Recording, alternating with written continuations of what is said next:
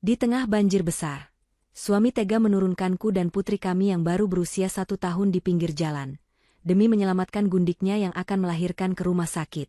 Tapi 30 menit kemudian, saat dia kembali lagi untuk menjemput kami, dia kaget dan histeris hampir pingsan saat melihat sesuatu mengerikan di depannya. Karena, sebelum ceritanya dimulai, silahkan tulis di kolom komentar dari daerah mana saja teman-teman yang menonton cerita ini. Jangan lupa like dan subscribe agar channel ini bisa semakin berkembang dan bisa mempersembahkan cerita yang lebih menarik lagi. Langit malam itu seolah runtuh menumpahkan seluruh isinya ke bumi. Hujan deras mengguyur tanpa henti disertai sambaran petir yang membelah kegelapan malam. Angin kencang menderu mengerikan menggoyangkan pepohonan di pinggir jalan yang mulai tergenang air keruh. Di dalam sebuah mobil keluarga yang melaju pelan, membelah banjir ketegangan terasa jauh lebih mencekam daripada badai di luar sana. Suasana di dalam kabin mobil itu begitu panas dan sesak oleh emosi yang meledak. Raka mencengkeram kemudi mobil dengan tangan gemetar. Wajahnya pucat pasi dan keringat dingin mengucur di pelipisnya, meskipun pendingin udara mobil menyala. Di kursi penumpang depan duduk Vera, wanita yang selama ini menjadi duri dalam rumah tangganya. Vera merintih kesakitan sambil memegangi perut besarnya. Wajahnya ditekuk sedemikian rupa menunjukkan ekspresi penderitaan yang luar biasa. Ia terus menjerit histeris setiap kali mobil terguncang sedikit saja, akibat jalanan yang rusak tertutup air. Teriakan Vera memenuhi seisi mobil membuat Raka semakin panik dan kehilangan akal sehatnya. Di kursi belakang Aisyah duduk meringkuk sambil mendekap putrinya Tiara yang baru berusia 1 tahun.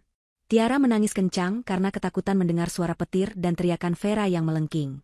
Aisyah berusaha menenangkan anaknya dengan bisikan lembut dan syalawat, namun suaranya tenggelam oleh kepanikan yang terjadi. Hati Aisyah hancur berkeping melihat suaminya begitu khawatir pada wanita lain di depannya sementara ia dan anaknya seolah tak kasat mata.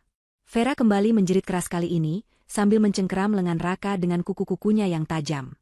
Ia berteriak bahwa bayinya akan segera keluar, dan ia tidak kuat lagi menahannya. Vera memohon agar Raka segera membawanya ke rumah sakit bersalin terdekat, sebelum sesuatu yang buruk terjadi pada anak mereka. Raka yang lemah mental dan mudah dimanipulasi itu langsung termakan sandiwara Vera. Ia menekan pedal gas lebih dalam namun, mobil mereka tertahan oleh genangan air yang semakin tinggi. Mesin mobil meraung protes membawa beban yang terlalu berat. Masalah besar muncul ketika mobil mulai terasa berat dan sulit dikendalikan. Bagasi mobil penuh sesak dengan koper dan kardus berisi barang-barang pindahan Vera. Kursi belakang pun sebagian terisi oleh tas-tas besar milik wanita itu. Raka menyadari bahwa mobil tuanya tidak akan sanggup menembus banjir yang semakin tinggi jika beban di dalam mobil tidak dikurangi. Ia menatap nanar ke arah jalanan di depan yang mulai berubah menjadi sungai coklat deras. Pikirannya buntu dan rasa panik membuatnya tidak bisa berpikir jernih.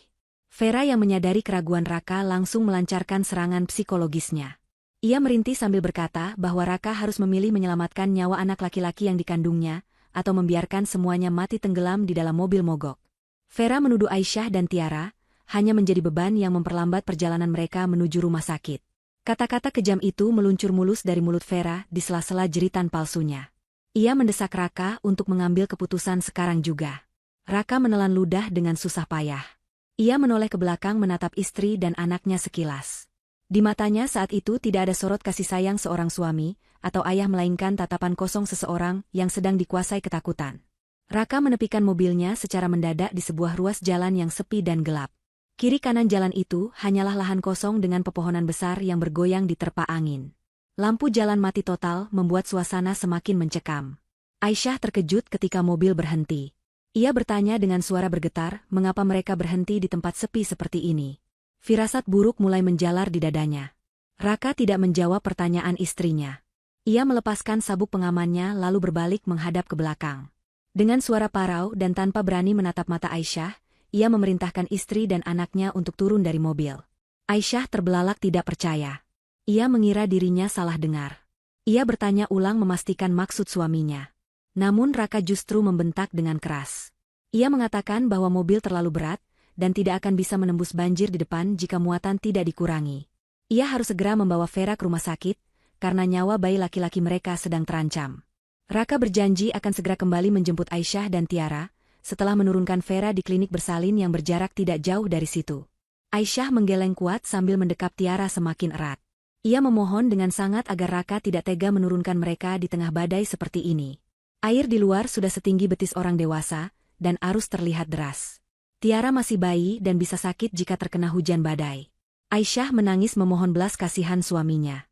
Ia rela duduk berdesakan atau memangku barang-barang Vera asalkan tidak diturunkan di jalanan gelap ini. Namun Vera tidak tinggal diam. Ia kembali berteriak kesakitan dan mengancam bahwa jika terjadi sesuatu pada bayinya itu semua adalah salah Aisyah yang egois tidak mau mengalah. Raka yang semakin stres akhirnya kehilangan kesabarannya.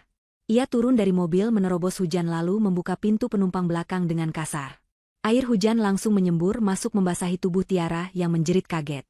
Raka menarik tangan Aisyah memaksanya keluar. Aisyah berusaha bertahan dengan memegang sandaran kursi namun, tenaga Raka jauh lebih kuat. Aisyah terhuyung keluar dari mobil, dan kakinya langsung terbenam ke dalam air banjir yang dingin dan keruh. Ia nyaris terjatuh jika tidak segera menyeimbangkan diri demi melindungi Tiara dalam gendongannya. Hujan deras seketika menghantam tubuh mereka berdua. Tiara menangis histeris karena kedinginan dan ketakutan. Aisyah mengetuk kaca jendela mobil memohon agar Raka membukakan pintu. Ia berteriak di tengah deru hujan mengatakan bahwa ia takut dan meminta Raka memikirkan anak mereka. Namun Raka sudah kembali masuk ke kursi pengemudi. Di dalam mobil Vera tersenyum tipis penuh kemenangan melihat saingannya basah kuyup di luar sana. Vera mendesak Raka untuk segera jalan. Raka menyalakan mesin mobil tanpa menoleh lagi. Hatinya memang terasa nyeri namun egonya dan rasa takut kehilangan bayi laki-laki yang dijanjikan Vera menutupi nuraninya. Ia menginjak gas meninggalkan istri dan anaknya berdiri gemetar di pinggir jalan yang gelap gulita. Aisyah berlari kecil mengejar mobil itu sambil memanggil nama suaminya namun sia-sia. Mobil itu melaju membelah genangan air mencipratkan lumpur kotor ke wajah dan baju Aisyah, serta Tiara sebelum akhirnya menghilang di tikungan jalan ditelan kegelapan malam. Tinggallah Aisyah seorang diri mendekap putrinya di tengah badai yang mengamuk tanpa perlindungan apapun. Aisyah berdiri terpaku menatap kegelapan di mana lampu belakang mobil suaminya menghilang.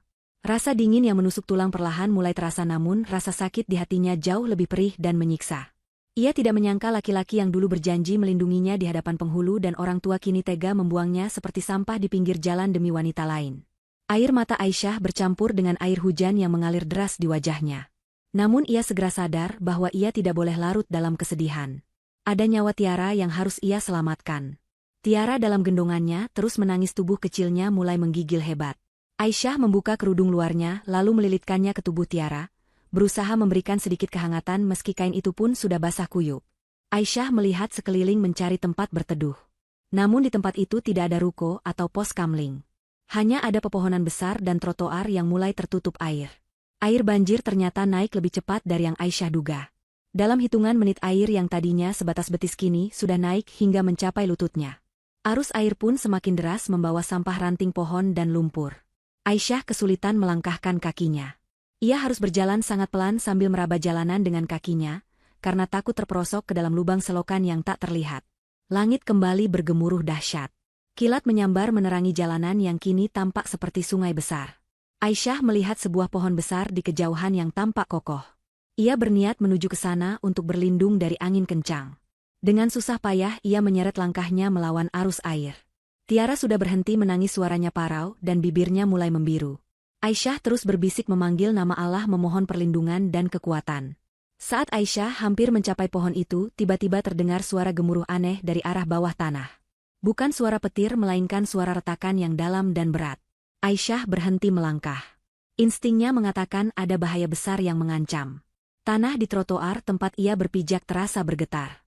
Tanpa peringatan sebagian aspal di depan Aisyah ambles terbawa arus air yang menggerus tanah di bawahnya. Aisyah terpekik kaget dan mundur beberapa langkah. Ia menyadari bahwa ia sedang berdiri di atas tanah yang labil. Sungai di sebelah jalan raya telah meluap dan arusnya menggerogoti pondasi jalan. Aisyah terjebak. Ia tidak bisa maju dan air di belakangnya semakin tinggi. Di saat keputusasaan hampir memuncak sebuah sorot lampu mobil yang sangat terang menembus tirai hujan dari kejauhan. Sebuah mobil SUV besar dan tinggi melaju perlahan namun pasti membelah banjir. Mobil itu tampak kokoh dan mewah berbeda dengan mobil-mobil lain yang mogok di pinggir jalan. Aisyah melambaikan satu tangannya yang bebas dengan lemah berharap pengemudi mobil itu melihatnya. Mobil besar itu berhenti tepat di samping Aisyah. Pintu penumpang belakang terbuka otomatis. Seorang pria parubaya berwajah teduh dan berwibawa melihat kondisi Aisyah yang memprihatinkan. Pria itu adalah Pak Surya, seorang pengusaha dermawan yang kebetulan lewat jalan itu untuk menghindari macet di jalan utama. Tanpa banyak bertanya, Pak Surya segera memerintahkan Aisyah untuk masuk. Aisyah dengan sisa tenaganya naik ke dalam mobil mewah yang hangat itu. Begitu ia duduk, pintu tertutup rapat meredam suara gemuruh badai di luar. Pak Surya segera memberikan handuk tebal yang tersedia di mobilnya kepada Aisyah. Ia juga memerintahkan sopirnya untuk segera memutar balik dan mencari rumah sakit terbaik, karena melihat kondisi bayi dalam gendongan Aisyah yang memburuk. Mobil itu pun melaju pergi meninggalkan lokasi berbahaya tersebut. Aisyah yang merasa aman dan hangat akhirnya tak kuasa menahan lelah. Kesadarannya perlahan menghilang dan ia pun pingsan sambil tetap memeluk erat putrinya. Sementara itu di tempat lain Raka baru saja menurunkan Vera di sebuah klinik bersalin 24 jam. Anehnya begitu sampai di klinik, Vera yang tadinya berteriak histeris kini tampak jauh lebih tenang. Bidan yang memeriksa mengatakan bahwa pembukaan belum terjadi dan itu hanya kontraksi palsu akibat stres atau guncangan. Vera bahkan sudah bisa duduk santai sambil bermain ponsel. Melihat kondisi Vera yang ternyata baik-baik saja, rasa bersalah yang luar biasa tiba-tiba menghantam dada Raka. Bayangan wajah Aisyah yang basah kuyup dan tangisan Tiara kembali memenuhi kepalanya. Ia melihat jam tangannya. Sudah hampir 30 menit berlalu sejak ia meninggalkan mereka. Hati nuraninya berteriak memaki dirinya sendiri. Raka merasa sangat berdosa. Tanpa mempedulikan protes Vera yang memintanya menemani Raka berlari keluar klinik menuju mobilnya. Ia harus menjemput anak dan istrinya kembali. Raka memacu mobilnya menembus hujan yang masih deras. Perasaannya tidak enak. Jantungnya berdegup kencang seolah akan meledak. Ia terus berdoa dalam hati semoga Aisyah dan Tiara masih menunggu di tempat yang sama. Semoga mereka menemukan tempat berteduh. Raka menginjak gas dalam-dalam mengabaikan genangan air yang menerjang kaca depannya. Ketika Raka mendekati lokasi tempat ia menurunkan mereka, ia mengerutkan kening. Lampu mobilnya menyorot ke depan namun, ia tidak melihat tanda-tanda keberadaan siapapun. Jalanan itu sepi. Raka memperlambat laju mobilnya sambil celingukan mencari sosok istri dan anaknya. Namun semakin dekat ia melaju, semakin jelas pemandangan mengerikan di depannya. Raka menginjak rem mendadak hingga mobilnya tergelincir sedikit. Matanya terbelalak lebar, napasnya tercekat di tenggorokan. Tempat di mana ia menurunkan Aisyah dan Tiara 30 menit yang lalu kini sudah tidak ada. Trotoar dan bahu jalan itu telah hilang. Sebuah longsoran besar telah terjadi menganga lebar menghubungkan jalan raya langsung dengan sungai yang sedang banjir bandang di bawahnya. Tanah itu runtuh tergerus air. Raka gemetar hebat. Ia memaksa kakinya melangkah keluar dari mobil. Hujan deras langsung membasahinya tapi ia tidak peduli. Ia berlari ke tepi jurang longsoran itu dan berteriak memanggil nama Aisyah dan Tiara sekeras-kerasnya. Namun suaranya kalah oleh gemuruh air sungai yang menggila. Lutut Raka lemas seketika saat matanya menangkap sesuatu yang tersangkut di akar pohon yang mencuat di bibir tebing longsoran itu. Itu adalah kain jari kecil bermotif batik. Kain gendongan yang dipakai Aisyah untuk menggendong Tiara tadi. Kain itu robek dan melambai-lambai tertiup, angin seolah melambaikan salam perpisahan. Dunia Raka seketika runtuh. Ia berlutut di aspal yang basah mencengkeram kepalanya dengan kedua tangan. Logikanya langsung menyimpulkan satu hal yang paling mengerikan. Tanah tempat anak dan istrinya berdiri tadi telah longsor dan mereka jatuh terseret arus sungai yang ganas itu. Raka menjerit histeris, suaranya menyayat hati penuh penyesalan yang terlambat. Ia menangis meraung-raung memanggil nama putrinya, yakin bahwa ia telah membunuh darah dagingnya sendiri, demi sebuah kebodohan yang tak termaafkan. Hujan badai yang mengguyur kota malam itu seakan turut menangisi tragedi yang baru saja terjadi di tepi jalan yang kini telah runtuh tersebut. Raka masih berlutut di atas aspal yang basah dengan tatapan kosong mengarah ke jurang gelap, di mana tanah itu ambles ditelan bumi. Di tangannya ia menggenggam erat kain jarik yang sobek, dan berlumpur kain yang ia kenali sebagai selimut yang dipakai Aisyah untuk membungkus tubuh kecil Tiara. Kain itu basah kuyup namun, Raka mendekapnya ke dada seolah ingin merasakan sisa kehangatan anak dan istrinya yang ia yakini telah hilang selamanya. Suara gemuruh air sungai yang meluap di bawah sana terdengar, seperti monster yang sedang menelan mangsanya dengan rakus. Raka merasa dunianya berhenti berputar detik itu juga. Tidak lama kemudian cahaya biru kemerahan berputar-putar menembus kegelapan malam disertai suara sirine yang menyayat telinga. Sebuah mobil patroli polisi kebetulan melintas untuk memantau situasi banjir, dan melihat mobil Raka yang terparkir melintang dengan pintu terbuka di tengah jalan.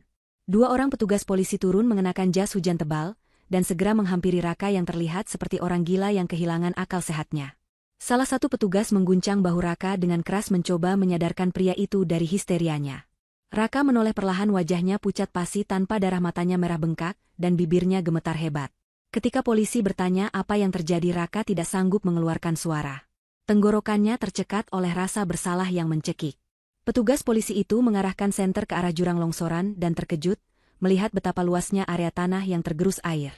Mereka menyadari bahwa ini adalah situasi darurat bencana. Polisi kembali menanyai Raka tentang keberadaan orang lain di sana. Dengan terbata-bata dan diselimuti ketakutan yang luar biasa, Raka akhirnya berbohong. Ia tidak berani mengatakan bahwa ia sengaja menurunkan anak dan istrinya di sana. Dalam kepanikan demi menyelamatkan dirinya sendiri dari jeratan hukum, Raka mengarang cerita bahwa ia tadi berhenti sebentar karena mobilnya bermasalah dan istri serta anaknya turun untuk mencari udara segar, namun tiba-tiba tanah itu longsor sebelum ia sempat menyelamatkan mereka. Kebohongan itu meluncur begitu saja dari mulutnya, menambah daftar dosa yang harus ia tanggung malam itu. Polisi segera menghubungi tim SAR dan bantuan darurat, namun mereka juga realistis dengan keadaan. Arus sungai di bawah sana sangat deras dan banjir sedang mencapai puncaknya. Kemungkinan untuk menemukan korban selamat dalam kondisi longsoran seperti itu sangatlah tipis, nyaris mustahil. Raka mendengar percakapan para petugas melalui radio komunikasi dengan lutut gemetar. Kata-kata seperti hanyut tenggelam dan pencarian nihil terngiang-ngiang di telinganya bagaikan vonis mati. Raka meraung lagi memanggil nama Tiara, namun suaranya hilang ditelan angin badai.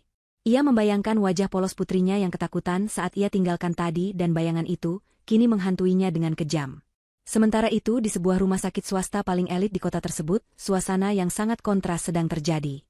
Di dalam sebuah kamar rawat inap VVIP yang luas dan hangat, Aisyah perlahan mulai membuka matanya. Aroma obat-obatan yang lembut dan udara hangat dari penghangat ruangan menyapa indera penciumannya. Aisyah mengerjapkan mata, berusaha menyesuaikan penglihatannya dengan cahaya lampu ruangan yang temaram namun nyaman. Hal pertama yang ia ingat adalah rasa dingin yang menusuk tulang dan gemuruh air bah. Seketika itu juga kesadarannya pulih sepenuhnya, dan ia langsung tersentak bangun dari tidurnya. Jantungnya berdegup kencang dan mulutnya langsung meneriakkan nama anaknya. Seorang perawat yang bersiaga di sudut ruangan segera menghampiri Aisyah dengan sigap dan menenangkannya. Perawat itu berkata dengan lembut bahwa Aisyah sudah aman dan berada di rumah sakit. Aisyah tidak peduli dengan kondisinya sendiri, ia mencengkeram lengan seragam perawat itu dan bertanya dengan panik di mana bayinya. Aisyah menangis histeris ketakutan jika Tiara terlepas dari pelukannya saat ia pingsan tadi. Perawat itu tersenyum menenangkan lalu menunjuk ke arah boks bayi transparan yang terletak tepat di samping tempat tidur Aisyah. Di sana Tiara sedang tertidur lelap dengan selimut tebal yang hangat, napasnya teratur, dan wajahnya terlihat damai.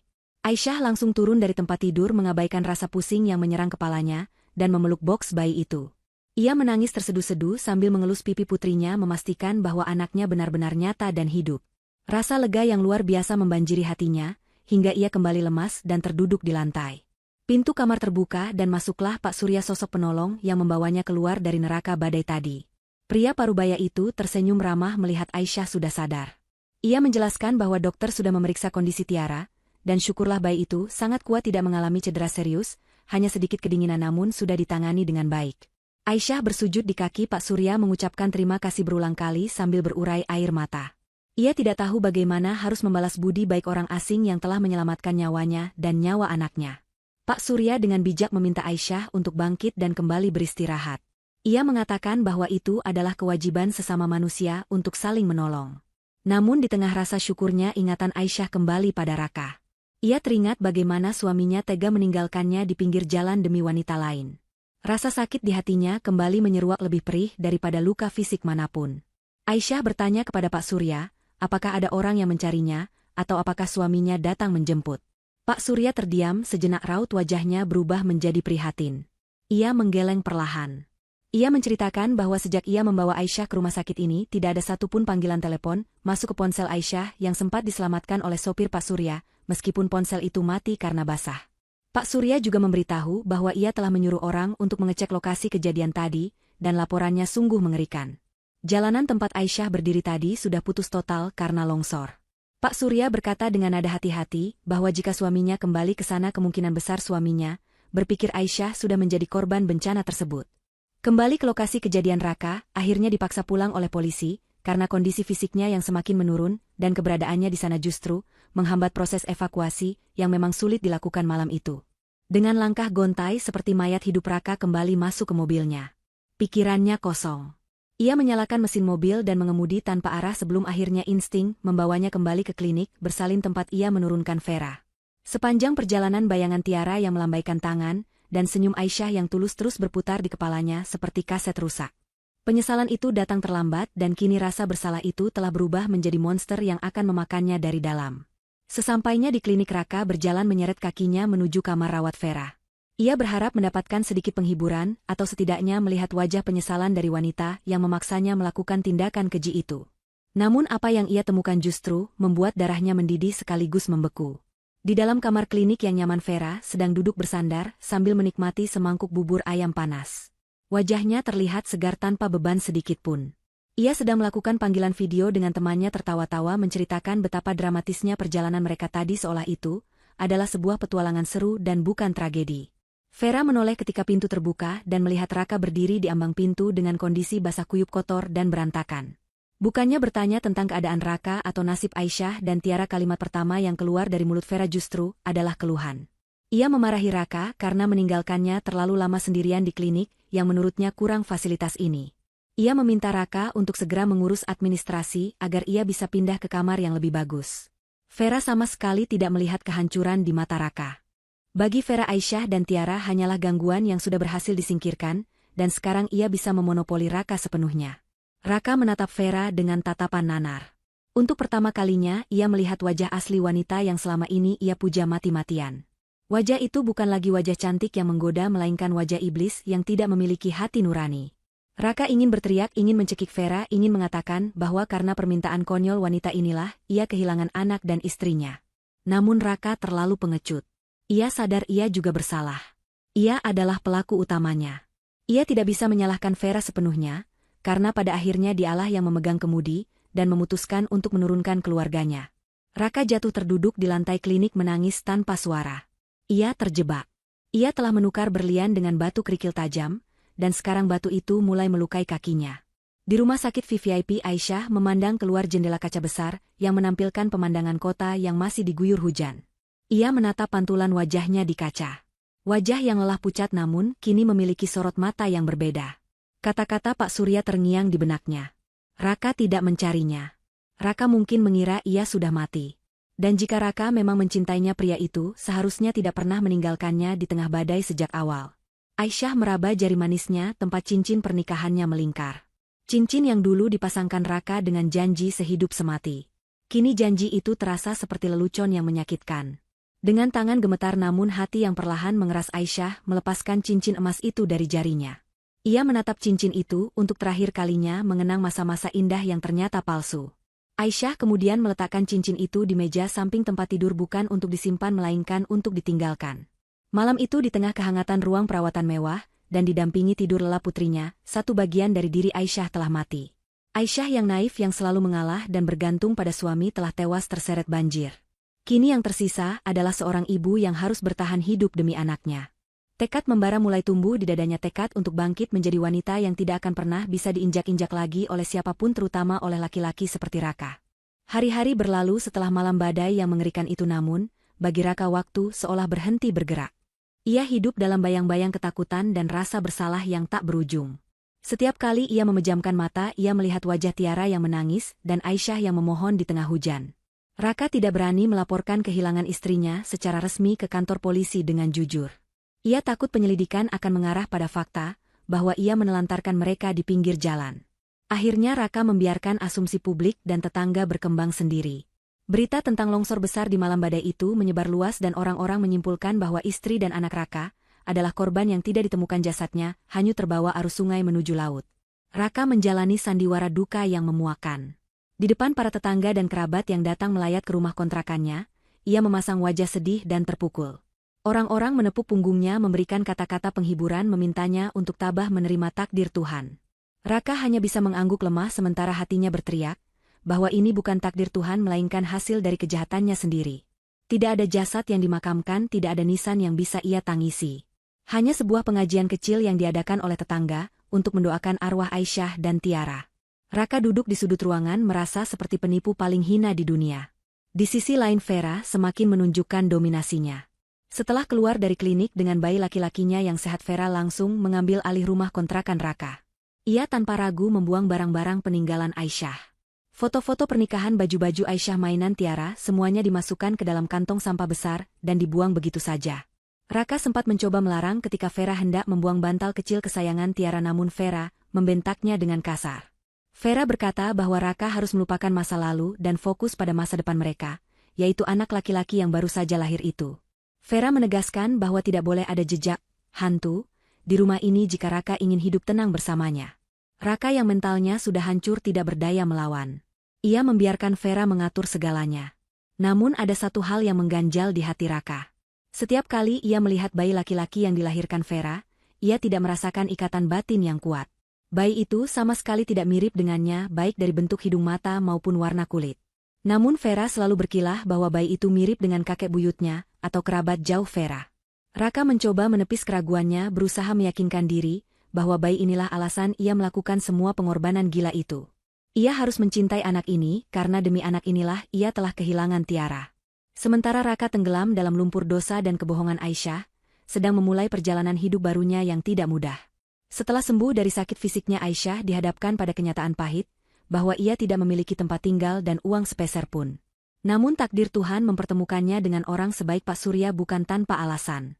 Pak Surya yang merupakan seorang duda kaya raya dan pemilik perusahaan tekstil besar, melihat potensi dan ketulusan dalam diri Aisyah. Ia juga merasa iba melihat nasib ibu muda itu. Pak Surya menawarkan bantuan bukan berupa uang cuma-cuma melainkan sebuah kesempatan. Pak Surya menawarkan Aisyah untuk tinggal sementara di pavilion rumah besarnya yang kosong sembari bekerja membantu mengurus administrasi ringan di yayasan amal miliknya. Aisyah awalnya ragu, ia tidak ingin menjadi beban. Namun melihat wajah Tiara, ia tahu ia harus membuang gengsinya. Ia menerima tawaran itu dengan satu syarat. Ia ingin bekerja keras dan belajar agar suatu saat bisa berdiri di kaki sendiri. Aisyah tidak ingin lagi menjadi wanita lemah yang hanya bisa bergantung pada belas kasihan orang lain. Maka dimulailah transformasi Aisyah. Ia mengganti panggilannya. Ia tidak lagi mau dipanggil Aisyah, nama yang selalu diteriakan Raka dengan nada meremehkan dulu. Ia memperkenalkan dirinya sebagai Ibu Ais kepada orang-orang baru di lingkungannya.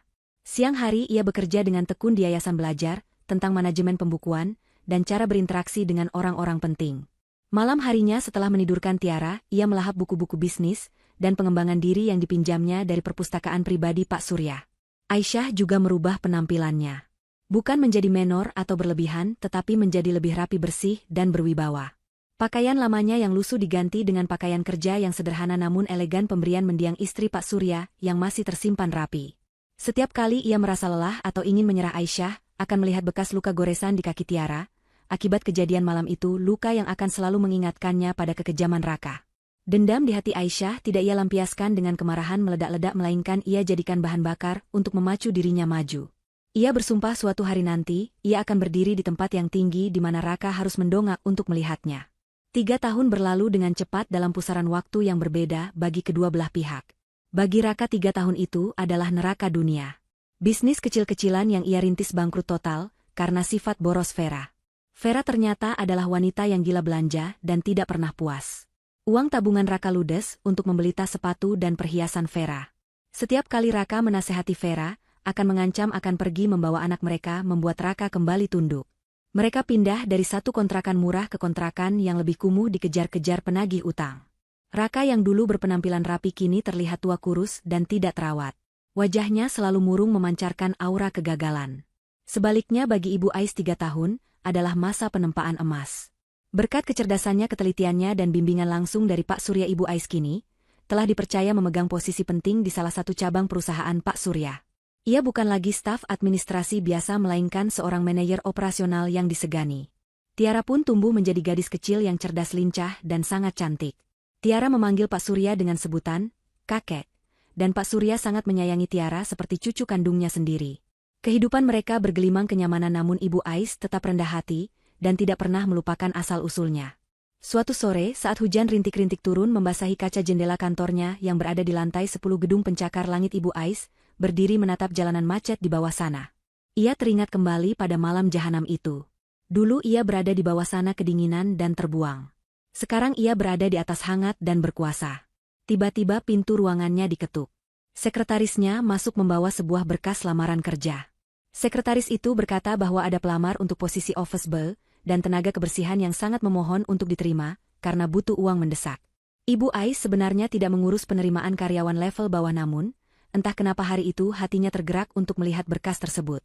Ia membuka map itu dan matanya terpaku pada pas foto ukuran 3x4 yang tertempel di sana. Wajah di foto itu terlihat lebih tua dan lelah, namun Ibu Ais tidak mungkin melupakannya. Itu adalah wajah Raka. Nama yang tertera di sana adalah Raka, mantan suaminya. Senyum tipis yang penuh arti dan dingin tersungging di bibir Ibu Ais. Jantungnya berdesir bukan karena cinta melainkan, karena antusiasme akan sebuah permainan takdir yang baru saja dimulai. Ia menutup map itu dan berkata pada sekretarisnya dengan suara tenang namun tegas, suruh dia datang wawancara besok pagi. Saya sendiri yang akan mewawancarainya. Ibu Ais tahu saat pembalasan yang elegan telah tiba. Raka yang mengira istrinya telah mati akan segera melihat, hantu, dari masa lalunya bangkit dengan kekuatan yang tidak pernah ia bayangkan sebelumnya. Pagi itu dimulai dengan suara piring pecah yang memekakan telinga di sebuah rumah kontrakan sempit yang terletak di gang buntu permukiman padat penduduk. Raka terbangun dengan kaget, jantungnya berdegup kencang seolah hendak melompat keluar dari rongga dadanya. Ia duduk di tepi kasur busa tipis yang sudah kempes di tengahnya mengusap wajahnya yang kusam dan dipenuhi keringat. Udara di dalam kamar itu terasa pengap dan panas, karena kipas angin satu-satunya sudah rusak sejak minggu lalu, dan belum ada uang untuk memperbaikinya. Belum sempat Raka mengumpulkan nyawanya, teriakan melengking dari ruang depan kembali terdengar. Itu suara Vera, istri yang dulu ia perjuangkan mati-matian dengan mengorbankan segalanya. Raka menyeret langkahnya keluar kamar. Di ruang tamu yang berantakan penuh dengan tumpukan kardus dan pakaian kotor, Vera sedang berdiri berkacak pinggang dengan wajah merah padam. Di lantai pecahan piring berserakan di dekat kaki meja. Vera sedang memarahi Raka karena tidak meninggalkan uang belanja yang cukup di atas meja.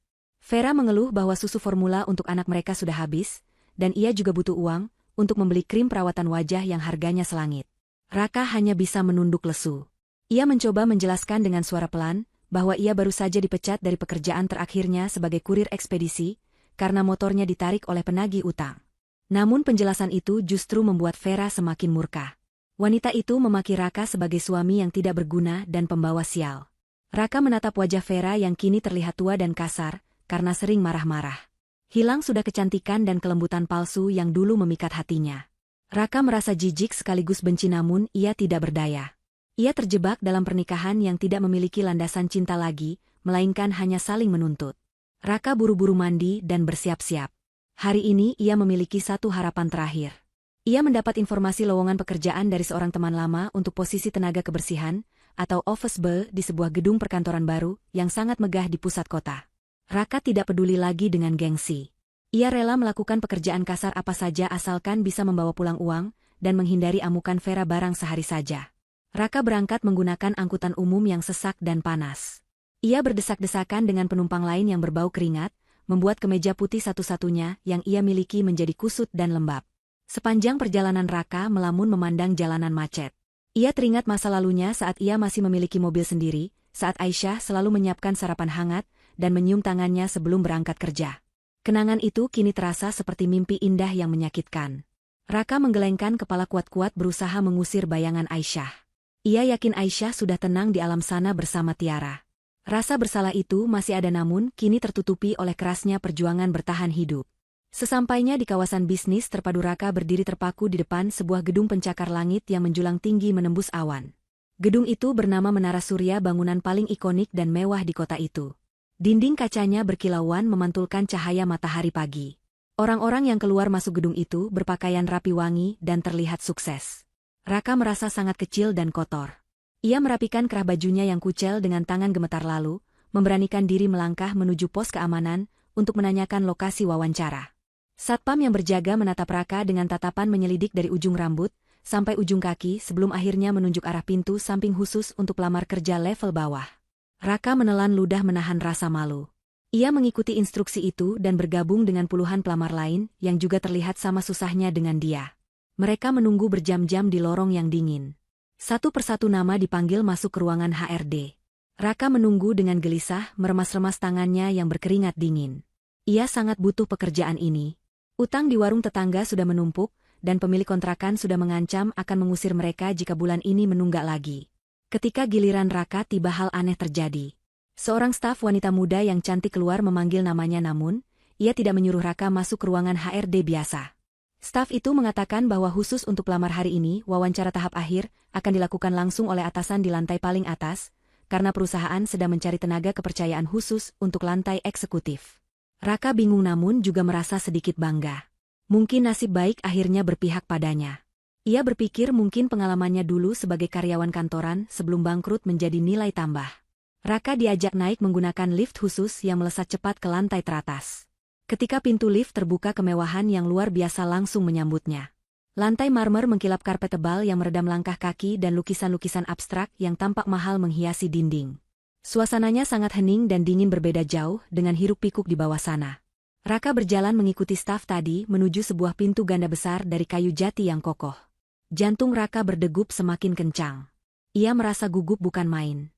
Staf itu mengetuk pintu lalu mempersilakan Raka masuk sendirian. Raka melangkah masuk dengan ragu. Ruangan itu sangat luas, hampir seluas rumah kontrakannya. Di ujung ruangan terdapat dinding kaca raksasa yang memperlihatkan pemandangan seluruh kota dari ketinggian. Di depan dinding kaca itu terdapat sebuah meja kerja besar yang sangat rapi. Sebuah kursi kerja kulit yang tinggi membelakangi Raka menghadap ke arah jendela luar. Seseorang sedang duduk di sana menikmati pemandangan kota. Raka berdeham pelan mencoba menarik perhatian. Ia mengucapkan salam dengan suara bergetar, memperkenalkan diri sebagai pelamar kerja. Hening sejenak. Tidak ada jawaban. Hanya suara pendingin ruangan yang mendesis halus. Perlahan kursi kerja itu berputar. Gerakannya lambat dan anggun, seolah sengaja dirancang untuk menciptakan ketegangan. Ketika kursi itu berputar penuh dan sosok yang duduk di sana terlihat jelas, napas Raka seketika tercekat di tenggorokan. Matanya melotot nyaris keluar dari kelopaknya. Kakinya lemah seperti jeli, dan ia harus berpegangan pada pinggiran meja agar tidak ambruk ke lantai. Wanita yang duduk di kursi kebesaran itu menatapnya dengan sorot mata tajam penuh wibawa, dan senyum dingin yang membekukan darah. Wajah itu lebih cantik, lebih terawat, dan jauh lebih berkelas daripada ingatan Raka. Itu adalah wajah yang selama 3 tahun ini menghantuinya dalam mimpi buruk. Itu adalah wajah istrinya yang ia kira sudah mati. Aisyah duduk di sana dengan anggun, kedua tangannya tertaut di atas meja menatap Raka, seperti seekor elang menatap tikus got yang terperangkap. Dunia Raka runtuh untuk kedua kalinya. Ia tidak bisa mempercayai penglihatannya. Mulutnya menganga namun tidak ada suara yang keluar. Ia merasa seolah sedang berhadapan dengan hantu yang bangkit dari kubur untuk menuntut balas. Waktu seakan membeku di ruangan eksekutif yang dingin itu. Raka berdiri mematung, wajahnya pucat pasi seputih kertas, seolah darah di tubuhnya telah disedot habis. Keringat dingin sebesar biji jagung mengucur deras dari dahinya. Otaknya berusaha keras mencerna apa yang sedang terjadi di depan matanya, namun logika menolak untuk bekerja. Bagaimana mungkin? Pertanyaan itu berteriak-teriak di kepalanya. Ia melihat sendiri tanah itu longsor. Ia melihat sendiri kain gendongan tiara tersangkut di akar pohon. Aisyah seharusnya sudah mati. Mereka seharusnya sudah menjadi tulang belulang di dasar sungai. Apakah ini halusinasi? Apakah ia sudah gila karena tekanan hidup? Raka mundur selangkah, kakinya tersandung karpet tebal. Bibirnya bergerak-gerak tanpa suara sebelum akhirnya sebuah kata meluncur lirih penuh ketakutan. Ia memanggil nama Aisyah dengan nada bertanya yang syarat akan ketidakpercayaan. Ia bertanya apakah wanita di depannya itu benar-benar Aisyah ataukah hantu. Raka gemetar hebat, ia merasa ingin lari namun kakinya terpaku di lantai. Wanita di kursi kebesaran itu tidak bergeming sedikit pun. Tidak ada raut terkejut, sedih ataupun rindu di wajahnya. Hanya ada ketenangan yang mengerikan, seolah ia sedang melihat orang asing yang tidak penting. Perlahan ia membuka mulutnya. Suaranya terdengar merdu namun tegas dan berwibawa, jauh berbeda dengan suara Aisyah dulu yang lirih dan penurut. Ia tidak menjawab pertanyaan Raka tentang identitasnya. Ia justru berkata dengan formal, mempersilakan Raka duduk, jika memang ia berniat untuk melamar pekerjaan. Ia menegaskan bahwa di ruangan ini, ia adalah pewawancara dan Raka adalah pelamar, tidak lebih dan tidak kurang. Raka ternganga. Sikap dingin itu menamparnya lebih keras daripada tamparan fisik. Dengan ragu dan lutut yang masih gemetar, Raka menarik kursi di depannya, dan duduk di tepi kursi dengan canggung. Ia tidak berani menatap mata wanita itu. Ia menunduk menatap tangannya sendiri yang kotor dan kasar, kontras dengan meja kerja yang bersih mengkilap. Raka mencoba mengumpulkan keberaniannya. Ia bergumam pelan mengatakan bahwa ia tidak menyangka Aisyah masih hidup. Ia berkata bahwa ia mencarinya waktu itu ia kembali ke tempat itu. Raka mulai meracau mencoba membela diri secara refleks. Namun wanita yang kini dikenal sebagai Ibu Ais itu memotong ucapan Raka dengan tajam. Ia mengangkat tangannya sedikit memberi isyarat agar Raka diam. Ia berkata bahwa ia tidak tertarik mendengar dongeng atau alasan pribadi. Ia kembali menegaskan bahwa ini adalah wawancara kerja profesional. Ibu Ais mengambil berkas lamaran Raka di mejanya, membukanya perlahan, dan membacanya sekilas dengan ekspresi datar. Ia mulai mengajukan pertanyaan-pertanyaan tajam yang menusuk tepat ke jantung pertahanan Raka. Ibu Ais bertanya tentang riwayat pekerjaan Raka yang berantakan dalam 3 tahun terakhir. Ia bertanya mengapa Raka sering berpindah-pindah pekerjaan dan dipecat. Ia bertanya tentang tanggung jawab dan integritas. Setiap pertanyaan itu seolah memiliki makna ganda bagi Raka. Ketika Ibu Ais bertanya apakah Raka adalah orang yang bisa dipercaya untuk menjaga amanah, Raka merasa seperti ditelanjangi. Ia tahu sindiran itu mengarah pada kegagalannya menjaga amanah sebagai suami dan ayah. Raka menjawab dengan gagap, keringat bercucuran semakin deras. Ia berbohong mengatakan bahwa ia adalah pekerja keras yang sedang kurang beruntung. Ia memohon agar diberi kesempatan, karena ia sangat butuh uang untuk keluarganya. Mendengar kata keluarga, sudut bibir Ibu Ais terangkat sedikit membentuk senyum sinis yang samar. Ia bertanya keluarga mana yang Raka maksud. Apakah istri dan anak yang ia miliki sekarang? Raka mengangguk cepat, tidak menyadari jebakan dalam pertanyaan itu. Ibu Ais menatap Raka lamat-lamat, menikmati pemandangan mantan suaminya yang kini merendah seperti pengemis di hadapannya. Dalam hati Ibu Ais bergejolak rasa sakit mengenang masa lalu, namun rasa puas melihat Raka yang hancur jauh lebih dominan. Ia melihat betapa menyedihkannya laki-laki yang dulu begitu sombong membuangnya.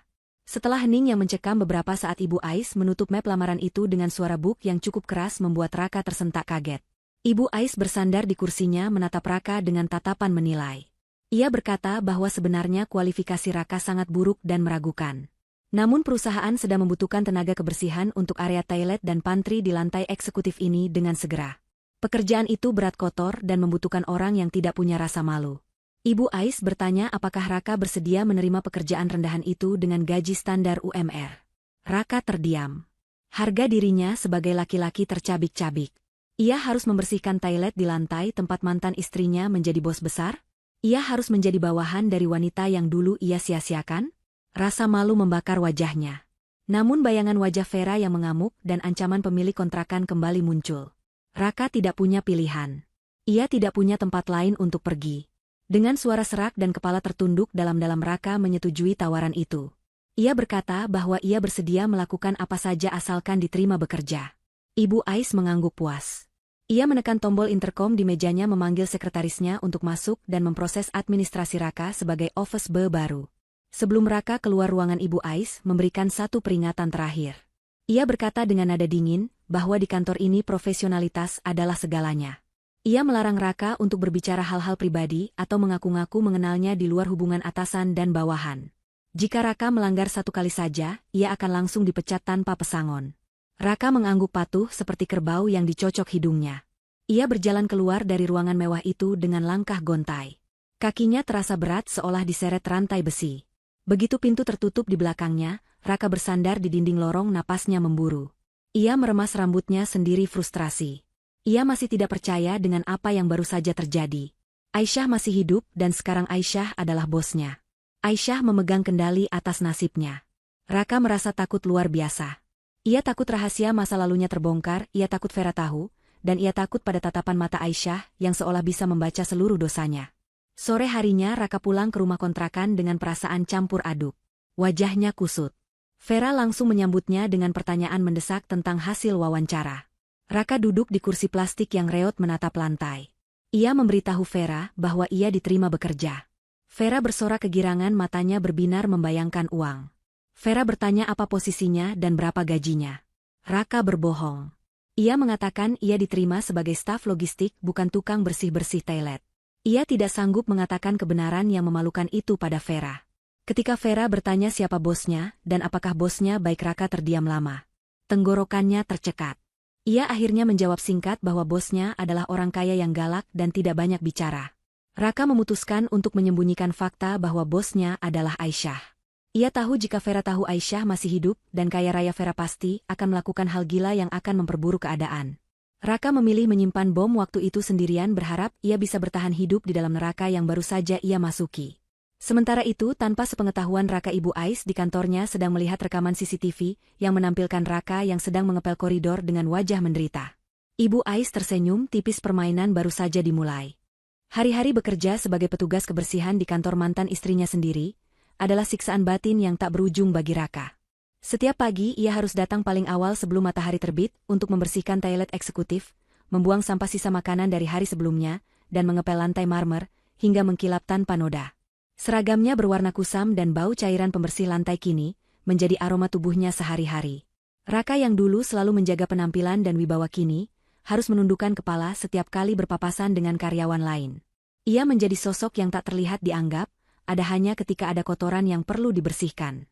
Namun siksaan terberat bukanlah pekerjaan fisiknya melainkan keharusan melihat Aisyah berjalan melewati koridor dengan langkah tegap dan penuh percaya diri, dikelilingi oleh staf yang menghormatinya. Suatu siang Raka sedang berlutut di lantai menggosok noda kopi yang tumpah di karpet koridor utama lantai eksekutif.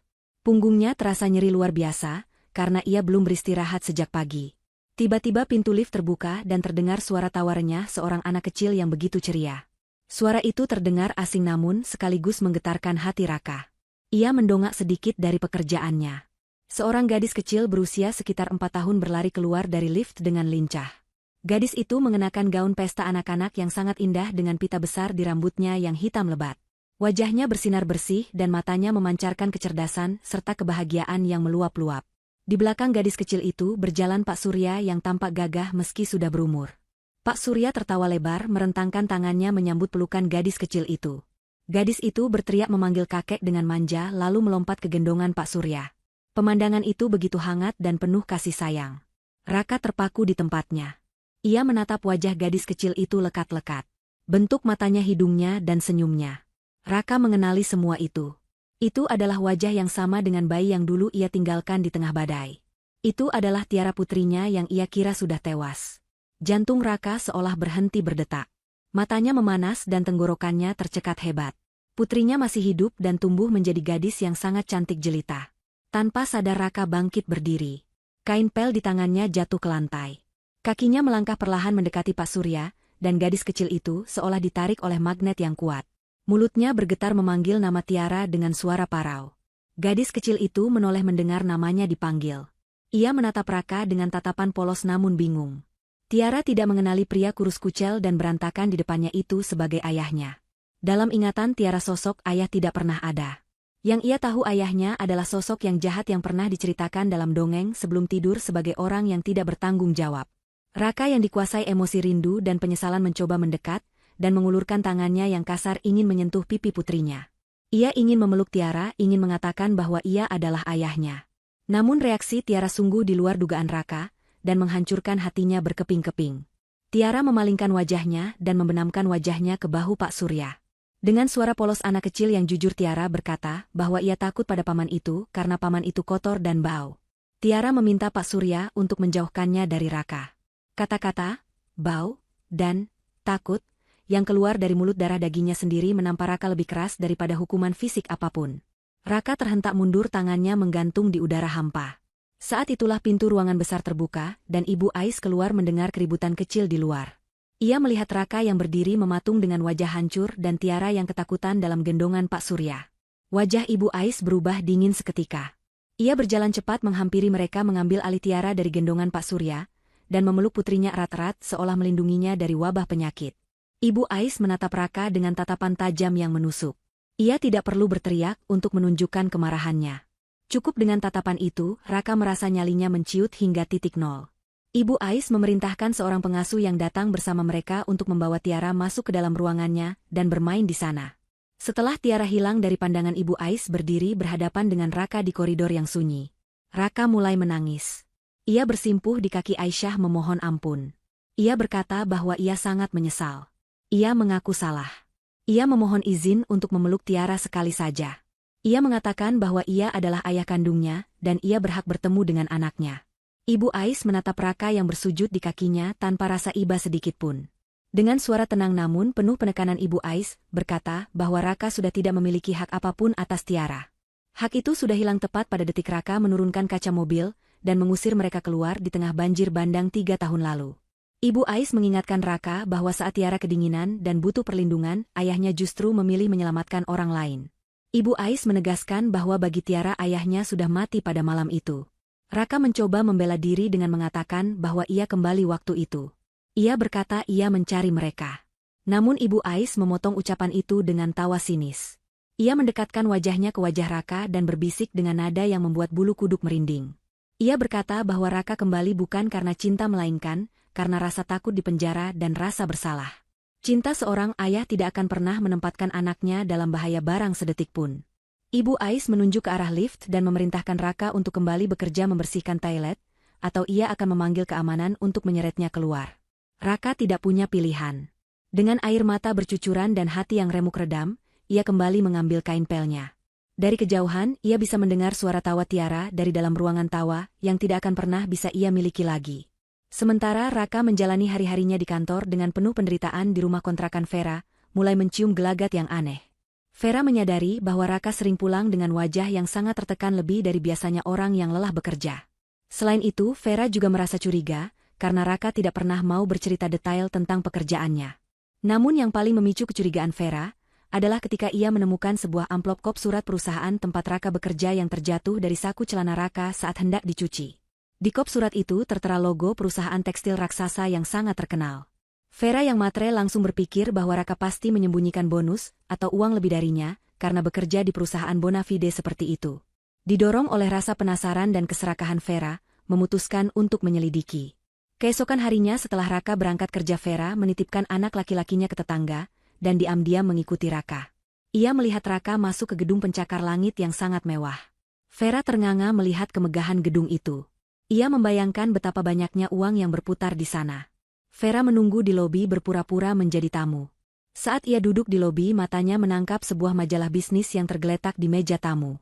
Di sampul majalah itu terpampang foto seorang wanita pengusaha sukses yang sedang naik daun yang profilnya dibahas di edisi bulan ini. Mata Vera melotot nyaris keluar. Ia mengenali wajah wanita di sampul majalah itu, meskipun penampilannya sudah jauh berubah menjadi sangat elegan dan berkelas. Itu adalah Aisyah. Vera membaca nama yang tertera, Ibu Ais. Jantung Vera berdegup kencang bukan karena takut melainkan karena kegirangan yang jahat. Otak liciknya langsung berputar cepat. Ia berpikir bahwa Aisyah masih hidup dan sekarang menjadi kaya raya. Ini adalah kesempatan emas baginya. Vera tidak merasa bersalah sedikitpun atas apa yang terjadi di masa lalu. Dalam pikirannya yang bengkok, Aisyah berhutang padanya karena dulu Aisyah adalah istri pertama yang merebut perhatian Raka darinya. Vera berpikir ia bisa memeras Aisyah dengan ancaman akan membongkar masa lalu, atau menuntut hak asuh anak jika perlu. Tanpa pikir panjang, Vera menerobos masuk ke meja resepsionis. Ia berteriak-teriak meminta bertemu dengan Ibu Ais, dan mengaku sebagai kerabat dekatnya. Satpam mencoba menahannya namun Vera membuat keributan besar. Ia berteriak bahwa bos mereka adalah penculik anak dan wanita jahat. Keributan itu terdengar sampai ke lantai atas melalui laporan interkom. Ibu Ais yang sedang memimpin rapat mendengar laporan itu. Bukannya panik, Ibu Ais justru tersenyum tipis. Ia sudah menduga hari ini akan tiba.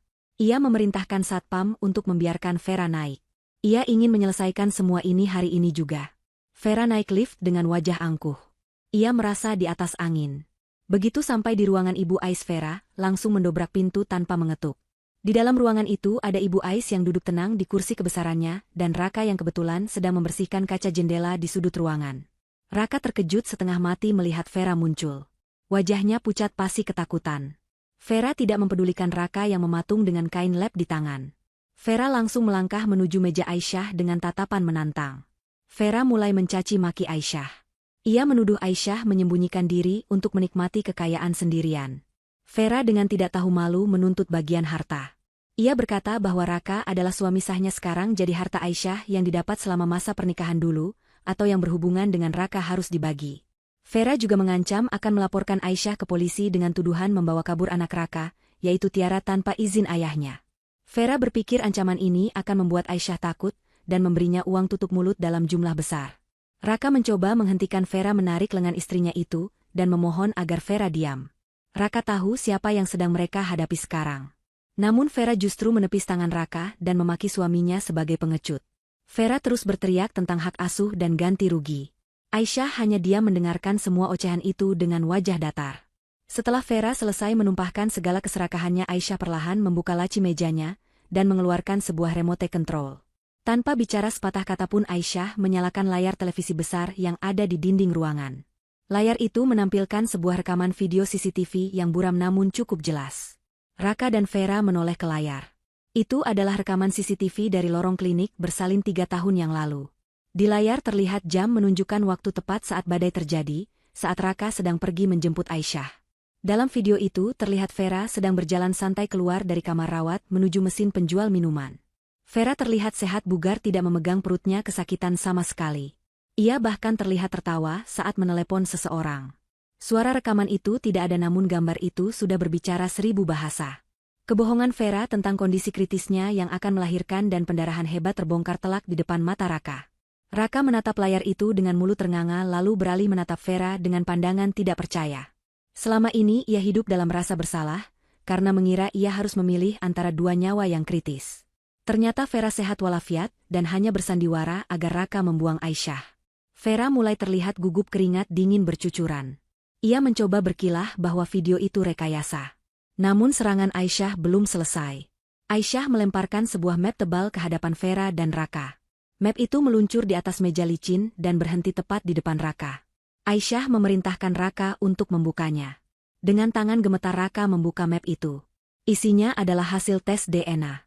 Aisyah menjelaskan bahwa ia diam-diam mengambil sampel rambut anak Vera saat Vera membawanya ke taman bermain umum beberapa hari lalu, karena Aisyah sudah lama mencurigai ketidakmiripan fisik anak itu dengan Raka. Mata Raka membelalak membaca hasil tes tersebut. Probabilitas hubungan ayah dan anak, 0%. Anak laki-laki yang selama ini dibesarkan Raka dengan susah payah anak yang menjadi alasan Raka tega membuang Tiara dan Aisyah ke jalanan ternyata bukan anak kandungnya. Anak itu adalah hasil hubungan gelap Vera dengan laki-laki lain sebelum Vera mendesak Raka menikahinya.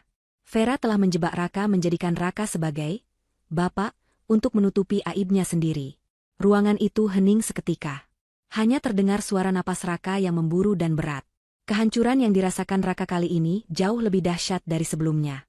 Ia telah mengorbankan istri yang solehah dan putri kandung yang cantik, demi seorang wanita penipu dan anak orang lain yang haram. Ia telah menukar surga dengan neraka. Raka menatap Vera dengan tatapan yang berubah menjadi kebencian murni. Vera mundur selangkah, wajahnya pucat ketakutan melihat kemarahan di mata Raka. Vera mencoba berbohong lagi, namun Raka sudah tidak mau mendengar. Aisyah berdiri dari kursinya menatap mereka berdua dengan tatapan penuh kemenangan namun tetap dingin. Ia berkata bahwa ia tidak perlu membalas dendam dengan tangannya sendiri. Kebenaran yang terungkap hari ini sudah cukup untuk menghancurkan hidup mereka. Aisyah mengusir mereka berdua dari kantornya. Ia memperingatkan Vera bahwa jika Vera berani muncul lagi atau mengganggu Tiara Aisyah, akan menyebarkan bukti-bukti penipuan dan perzinahan Vera ke seluruh keluarga besar dan lingkungan tempat tinggal mereka agar Vera menanggung malu seumur hidup. Raka meraung keras berteriak meluapkan rasa sakitnya, lalu menerjang ke arah Vera. Petugas keamanan yang sudah bersiaga di luar pintu segera masuk dan menyeret mereka berdua keluar. Raka diseret sambil terus memaki Vera sementara Vera menangis histeris ketakutan. Aisyah melihat keributan itu dari balik pintu kaca yang tertutup perlahan. Ia menarik napas panjang dan menghembuskannya pelan. Satu beban besar telah terangkat dari dadanya. Keadilan telah ditegakkan dan para pengkhianat kini mulai memakan buah si malakama yang mereka tanam sendiri. Siang itu matahari bersinar terik namun, bagi Raka dunia terasa gelap gulita seolah kiamat telah tiba lebih awal. Setelah diseret keluar secara paksa oleh petugas keamanan dari gedung mewah tempat Aisyah bertahta, Raka dan Vera terlempar ke trotoar panas di pinggir jalan raya. Orang-orang yang berlalu lalang menatap mereka dengan pandangan jijik dan aneh melihat pertengkaran hebat yang terjadi di antara pasangan suami istri itu. Vera masih menangis histeris bukan karena menyesal melainkan karena malu dan takut kehilangan sumber uang. Sementara Raka duduk bersimpuh di aspal panas menatap kosong ke arah lalu lintas yang padat. Di tangannya, ia meremas kertas hasil tes DNA yang baru saja menghancurkan sisa-sisa harga dirinya sebagai seorang laki-laki. Kemarahan yang selama ini terpendam di dada Raka akhirnya meledak dengan dahsyat. Ia bangkit berdiri dan menatap Vera dengan sorot mata yang belum pernah dilihat Vera sebelumnya, sorot mata pembunuh. Tanpa mempedulikan keramaian, Raka mencengkeram bahu Vera dan mengguncangnya keras. Ia berteriak di depan wajah istrinya, menanyakan siapa ayah kandung dari anak yang selama ini ia besarkan dengan darah dan keringatnya. Raka menuntut jawaban mengapa Vera begitu tega menjebaknya dalam kebohongan yang begitu keji. Vera yang terpojok mencoba membela diri dengan alasan-alasan klise menyalahkan Raka yang dulu mudah digoda, dan mengatakan bahwa ia melakukan itu demi cinta. Namun kata cinta yang keluar dari mulut Vera terdengar seperti sampah busuk di telinga Raka. Pertengkaran itu berlanjut, hingga mereka kembali ke rumah kontrakan sempit mereka. Di dalam rumah yang pengap itu, perang yang sesungguhnya terjadi. Raka mengamuk. Ia membanting semua barang yang ada di depannya. Televisi, cicilan lemari plastik, hingga piring-piring kotor, semuanya hancur berantakan di lantai. Raka merasa bahwa hidupnya sudah hancur lebur, jadi tidak ada gunanya lagi menjaga keutuhan barang-barang di rumah itu. Vera menjerit ketakutan sambil memeluk anak laki-lakinya yang menangis keras karena kaget. Raka menunjuk pintu keluar dan mengusir Vera saat itu juga. Ia berteriak bahwa ia tidak sudi lagi melihat wajah penipu dan anak haram yang bukan darah dagingnya itu. Raka melempar tas pakaian Vera ke halaman, memerintahkan wanita itu pergi, dan jangan pernah kembali lagi. Vera yang menyadari bahwa Raka sudah tidak bisa dimanfaatkan lagi, dan sudah jatuh miskin, akhirnya menunjukkan wajah aslinya. Ia berhenti menangis menghapus air matanya dengan kasar, dan menatap Raka dengan tatapan meremehkan. Vera berkata bahwa ia pun sudah muak hidup melarat bersama Raka. Ia berkata bahwa Raka adalah laki-laki bodoh yang tidak berguna yang rela, membuang berlian demi batu kali seperti dirinya. Kata-kata itu menohok ulu hati Raka. Vera memungut tasnya menggendong anaknya dan melangkah pergi meninggalkan Raka sendirian di tengah puing-puing rumah tangga mereka yang hancur. Sebelum pergi Vera sempat meludahi lantai teras sebagai tanda penghinaan terakhir. Raka hanya bisa melihat punggung wanita itu, menjauh membawa serta satu-satunya alasan palsu yang selama ini membuatnya bertahan hidup. Kini Raka benar-benar sendirian. Sunyi yang mencekam menyelimuti rumah kontrakan itu.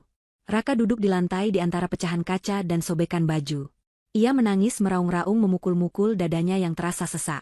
Bayangan masa lalu berputar kembali di kepalanya, seperti film yang diputar berulang-ulang. Ia teringat senyum tulus Aisyah yang menyambutnya pulang kerja dulu. Ia teringat tawa renyah Tiara saat bayi. Ia teringat kehangatan rumah tangganya yang dulu damai, dan berkah sebelum Vera datang merusak segalanya. Raka menyadari betapa bodohnya ia. Ia telah menukar surga dunia yang ia miliki dengan neraka yang ia ciptakan sendiri. Penyesalan itu datang menghantamnya bertubi-tubi membuatnya ingin mati saja rasanya. Namun kematian pun seolah enggan menjemput pecundang sepertinya. Beberapa hari kemudian nasib Raka semakin terpuruk. Karena keributan yang terjadi di kantor Aisyah, Raka tentu saja langsung dipecat secara tidak hormat. Namanya dimasukkan ke dalam daftar hitam, sehingga ia tidak bisa lagi melamar pekerjaan di gedung-gedung perkantoran di area tersebut.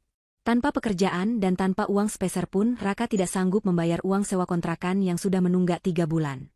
Pemilik kontrakan yang galak datang dan mengusirnya paksa. Raka tidak punya pilihan selain pergi membawa satu tas ransel berisi beberapa potong baju lusuh. Ia kini menjadi gelandangan. Ia tidur di emperan toko makan dari sisa makanan orang, atau belas kasihan pejalan kaki. Penampilannya berubah drastis menjadi sangat kotor kurus dan berantakan. Tidak ada lagi sisa-sisa ketampanan Raka yang dulu digilai Vera. Dalam kondisi yang sangat menyedihkan itu, satu-satunya hal yang tersisa di hati Raka adalah keinginan untuk meminta maaf. Bukan untuk meminta kembali menjadi suami, karena ia tahu diri itu mustahil, melainkan hanya ingin mendengar kata maaf dari bibir Aisyah agar hatinya bisa sedikit tenang. Raka mulai mengintai kantor Aisyah dari kejauhan. Ia menunggu berhari-hari di seberang jalan menahan lapar dan panas berharap bisa melihat mobil Aisyah keluar. Akhirnya kesempatan itu datang. Suatu sore, Raka melihat Aisyah berjalan keluar dari lobi gedung menuju mobil mewahnya. Aisyah terlihat begitu anggun dan bersinar dikawal oleh beberapa staf. Raka nekat menerobos jalanan yang ramai. Klakson kendaraan bersahutan memaki dirinya, namun ia tidak peduli. Ia berlari mendekati Aisyah. Petugas keamanan yang mengenali gelandangan itu sebagai Raka mantan karyawan yang dipecat segera mencoba menghalanginya. Namun Raka berteriak memanggil nama Aisyah dengan suara serak yang menyayat hati. Ia bersujud di aspal panas tepat beberapa meter sebelum Aisyah masuk ke mobilnya. Raka menangis bersujud mencium aspal memohon agar Aisyah mau memandangnya sebentar saja. Ia berkata bahwa ia sudah menerima karmanya. Ia berkata bahwa ia hidup seperti binatang sekarang. Ia memohon ampun atas segala dosa-dosanya pada Aisyah dan Tiara. Aisyah menghentikan langkahnya. Ia menoleh menatap sosok pria kurus kering yang bersujud di depannya itu. Tidak ada lagi rasa benci yang meledak-ledak di hati Aisyah, namun juga tidak ada rasa iba. Hatinya sudah mati untuk laki-laki itu. Aisyah memberi isyarat pada petugas keamanan untuk membiarkan Raka bicara sebentar. Raka mengangkat wajahnya yang kotor penuh air mata dan debu. Ia berkata dengan bibir gemetar bahwa ia menyesal seumur hidupnya. Ia mengaku bahwa ia memang pantas mendapatkan semua ini.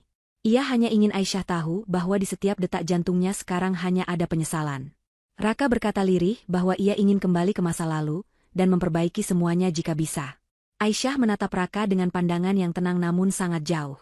Jarak di antara mereka bukan hanya beberapa meter, melainkan jarak antara langit dan bumi. Aisyah berkata dengan suara datar bahwa penyesalan Raka tidak akan bisa mengubah fakta. Air mata Raka tidak akan bisa mengembalikan malam di mana Tiara kedinginan dan ketakutan di pinggir jalan. Aisyah berkata bahwa Raka datang kembali dan bersujud seperti ini bukan karena cinta yang tulus, melainkan karena Raka sudah tidak punya tempat lain untuk pergi. Raka kembali karena ia kalah, bukan karena ia sadar. Jika Vera tidak menipunya dan jika hidup Raka bahagia, mungkin Raka tidak akan pernah mengingat Aisyah dan Tiara sedikitpun. Kata-kata Aisyah itu tepat sasaran menusuk jantung Raka. Raka terdiam, tidak bisa membantah. Aisyah melanjutkan ucapannya dengan kalimat perpisahan yang abadi. Ia berkata bahwa ia sudah memaafkan Raka, karena ia tidak ingin menyimpan sampah dendam di dalam hatinya yang kini bahagia. Namun maaf bukan berarti melupakan dan bukan berarti menerima kembali. Aisyah berkata bahwa bagi dirinya dan Tiara Raka hanyalah masa lalu yang sudah selesai babnya. Aisyah menyuruh Raka pergi dan menjalani sisa hidupnya dengan membawa beban penyesalan itu sebagai teman setianya. Setelah berkata demikian Aisyah masuk ke dalam mobil mewahnya tanpa menoleh lagi. Pintu tertutup rapat memisahkan dunia mereka selamanya. Mobil itu melaju perlahan meninggalkan Raka yang kembali tersungkur di aspal menangisi nasibnya yang tak bisa diubah lagi. 1 tahun telah berlalu sejak pertemuan terakhir Raka dan Aisyah di depan gedung kantor itu. Roda kehidupan berputar dengan adil menempatkan setiap orang pada posisi yang pantas mereka dapatkan, sesuai dengan apa yang mereka tanam. Bagi Aisyah tahun ini adalah puncak dari kebahagiaannya. Setelah bertahun-tahun berjuang sendirian dan menutup hati, akhirnya Aisyah berani membuka lembaran baru. Ia menerima lamaran seorang pria baik hati bernama Pak Ridwan. Pak Ridwan adalah rekan bisnis Pak Surya, seorang duda tanpa anak yang dikenal sangat dermawan santun dan taat beribadah. Yang membuat Aisyah yakin menerima pinangan itu bukan karena kekayaan Pak Ridwan melainkan karena betapa tulusnya pria itu menyayangi Tiara. Di mata Pak Ridwan Tiara adalah putri kandungnya sendiri, dan Tiara pun sangat lengket dengan calon ayah barunya itu. Hari pernikahan pun tiba. Pesta digelar di sebuah gedung pertemuan termewah di kota itu. Namun meskipun mewah suasananya terasa sangat sakral dan hangat. Dekorasi ruangan dipenuhi dengan bunga-bunga segar yang harum semerbak. Tamu-tamu undangan dari kalangan pejabat pengusaha sukses dan kerabat dekat hadir memberikan doa restu.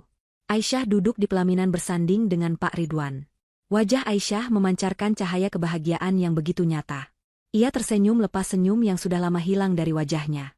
Di samping mereka Tiara berdiri cantik dengan gaun pesta kecilnya tertawa bahagia, saat Pak Ridwan mengusap kepalanya dengan sayang. Mereka terlihat seperti keluarga kecil yang sempurna utuh dan penuh cinta.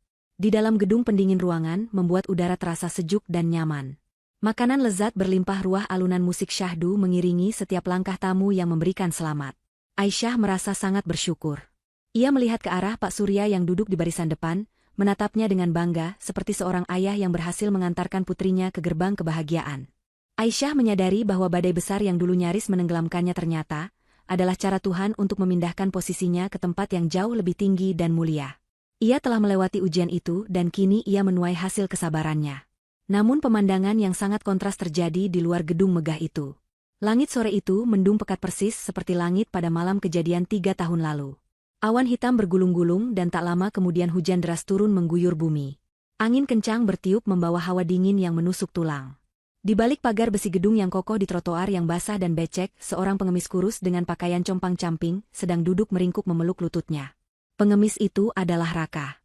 Hidup Raka telah hancur total. Ia kini menjadi pemulung yang tidur di kolong jembatan. Tubuhnya kurus kering, kulitnya hitam terbakar matahari, dan wajahnya terlihat jauh lebih tua dari usianya.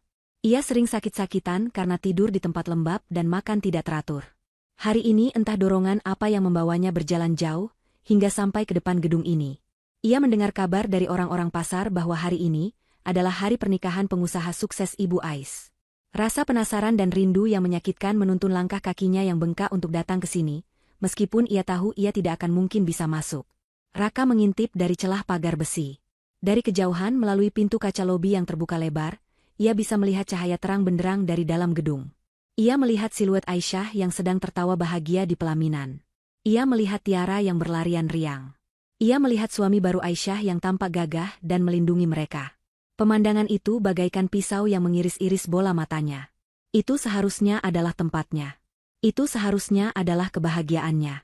Jika saja malam itu ia tidak menurunkan mereka. Jika saja ia tidak tergoda oleh Vera. Jika saja ia menjadi laki-laki yang bertanggung jawab. Ribuan penyesalan, jika saja, menghantam kepalanya membuatnya pusing dan mual. Hujan semakin deras membasahi tubuh Raka yang hanya berbalut kaos tipis yang sudah bolong-bolong. Ia menggigil hebat. Giginya gemeretuk menahan dingin. Rasa dingin ini mengingatkannya pada Tiara. Tiba-tiba ia sadar inilah yang dirasakan anak dan istrinya dulu. Kedinginan, terbuang lapar dan ketakutan di pinggir jalan sementara orang yang seharusnya melindungi mereka justru pergi mencari kenyamanan. Raka menangis, air matanya bercampur dengan air hujan yang kotor. Ia merasakan sakit yang luar biasa di dadanya, sakit karena kehilangan dan sakit karena sadar bahwa ia sama sekali tidak berharga. Sebuah mobil mewah tamu undangan hendak masuk ke area gedung. Mobil itu melaju cukup kencang membelah genangan air lumpur di depan gerbang. Raka yang sedang melamun tidak sempat menghindar. Biur. Cipratan air keruh bercampur lumpur jalanan menyembur deras menghantam wajah dan seluruh tubuh Raka. Raka terlonjak kaget, matanya perih kemasukan lumpur kotor. Ia mengusap wajahnya dengan tangan yang gemetar. Ia terdiam sejenak merasakan lumpur yang menempel di wajahnya. Seketika ingatan itu muncul dengan sangat jelas. Ingatan tentang malam jahanam itu. Saat ia tancap gas meninggalkan Aisyah dan tiara ban mobilnya juga mencipratkan air lumpur ke wajah putri kecilnya. Sekarang alam semesta mengembalikan perbuatan itu padanya dengan presisi yang sempurna. Karma itu telah datang melunas. Raka tertawa getir tawa orang gila yang menyadari betapa adilnya Tuhan. Ia kini berada di posisi yang sama persis dengan yang ia lakukan pada keluarganya dulu. Sendirian kedinginan kotor dan ditinggalkan di pinggir jalan sementara mereka yang dulu ia buang kini berada di dalam istana yang hangat dan bahagia. Dari dalam gedung Aisyah, sempat menoleh ke arah jendela luar melihat hujan yang turun deras. Ia merasa melihat bayangan seseorang di dekat pagar namun ia tidak yakin. Pak Ridwan di sampingnya bertanya ada apa. Aisyah tersenyum menggelengkan kepala lalu menggenggam erat tangan suaminya. Ia berkata tidak ada apa-apa hanya hujan yang membersihkan bumi. Aisyah kembali fokus pada pesta dan keluarganya melupakan sepenuhnya masa lalu yang kelam itu. Di luar pagar Raka bangkit berdiri dengan susah payah. Ia menatap nanar ke arah gedung pesta untuk terakhir kalinya. Cahaya keemasan dari dalam sana terlalu menyilaukan bagi matanya yang sudah terbiasa dengan kegelapan. Ia sadar ia tidak pantas berada di dekat cahaya itu. Dengan langkah tertatih-tatih menyeret kakinya yang sakit Raka berbalik badan. Ia berjalan menjauh menembus hujan deras yang semakin menggila. Sosoknya yang ringkih dan menyedihkan perlahan menghilang di telan kabut dan kegelapan malam berjalan tanpa tujuan menuju sisa hidupnya yang sunyi dan hampa. Di belakangnya tawa bahagia Tiara dan Aisyah terus bergema menjadi lagu kemenangan bagi kebaikan dan hukuman abadi bagi pengkhianatan. Penonton sandiwara kehidupan itu pun tersenyum puas melihat takdir telah menyelesaikan tugasnya dengan sangat baik.